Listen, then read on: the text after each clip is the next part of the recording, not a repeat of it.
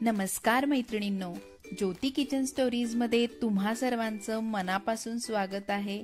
आज आपण अगदी झटपट तयार होणारं उपवासाचं फ्रूट कस्टर्ड बनवणार आहोत।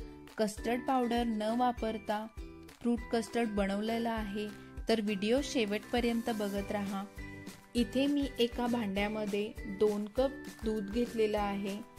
दूध इथे मी उकळवून घेणार आहे। कस्टर्ड पावडर वापरली नाहीये, तर आपण इथे साबुदाणा घेतलेला आहे। त्याला थोडंसं भाजून घेऊन त्याची मिक्सरमध्ये बारीक पावडर करून घेतलेली आहे। आता इथे एका वाटीमध्ये मी थोडं दूध घेतलं आहे, त्यामध्ये केसर घालून घेणार आहे। नंतर पुन्हा एका वाटीमध्ये थोडं दूध घेतलेलं आहे आणि या दुधामध्ये थोडी साबुदाण्याची पावडर घालून घ्यायची आहे आणि ह्याला मिक्स करून 15 मिनिटं ठेवून द्यायचं आहे। दूध आपलं इथे चांगलं उकळलेलं आहे। आता यामध्ये आपण 1/3 कप साखर घालून घेणार आहोत आणि आपण जे केसरचं दूध बनवलं होतं ते सुद्धा यामध्ये घालून घ्यायचं आहे आणि दूध चांगलं मिक्स करून घ्यायचं आहे। इथे आपण साबुदाण्याचं दूध घालून घेणार आहोत। यामध्ये थोडं थोडं करून यामध्ये घालून घ्यायचं आहे आणि दूध चांगलं मिक्स करून घ्यायचं आहे। इथे जो आपला साबुदाणा आहे तो चांगला शिजला गेला पाहिजे, तर दूध चांगलं हलवत राहायचं आहे। इथे मी 4 चमचे साबुदाण्याचं दूध घालून घेतलं आहे आणि इथे बघू शकता थोडं घट्टसर असं मिश्रण होत आहे। यामध्ये थोडीशी मी इलायची पावडर घालून घेणार आहे।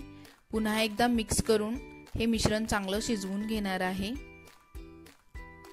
इथे आपलं मिश्रण आता तयार झालेलं आहे। गॅस बंद करून द्यायचा आहे आणि एका भांड्यामध्ये हे मिश्रण ओतून घ्यायचं आहे आणि आता याला फ्रीजमध्ये अर्धा तासासाठी थंड करून घेणार आहे।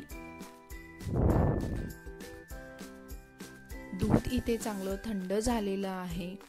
आता यामध्ये आपण काही फ्रूट्स घालून घेणार आहोत। त्यासाठी इथे मी डाळिंबाचे दाणे घेतलेले आहेत, एक ॲपल चिरून घेतलेला आहे आणि इथे मी एक संत्रा सुद्धा चिरून घेणार आहे।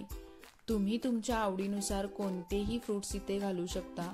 घरात जे अवेलेबल आहेत फ्रूट्स ते सुद्धा वापरून तुम्ही इथे फ्रूट कस्टर्ड बनवू शकता।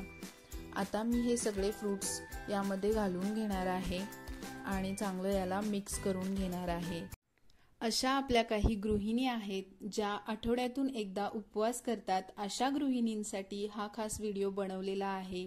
तर इथे आपलं थंडगार असं फ्रूट कस्टर्ड तयार झालेलं आहे। साबुदाणा भिजवायला विसरला असाल किंवा तुम्हाला नेहमी तेच खाऊन कंटाळा आला असेल, तर अशा वेळी ही रेसिपी ट्राय करून बघा, तुम्हाला नक्कीच आवडेल। रेसिपी आवडली असेल तर व्हिडिओला लाईक करा आणि अशाच नवनवीन व्हिडिओजसाठी चॅनलला सबस्क्राईब करायला विसरू नका। भेटूया पुढच्या व्हिडिओमध्ये, तोपर्यंत बाय बाय।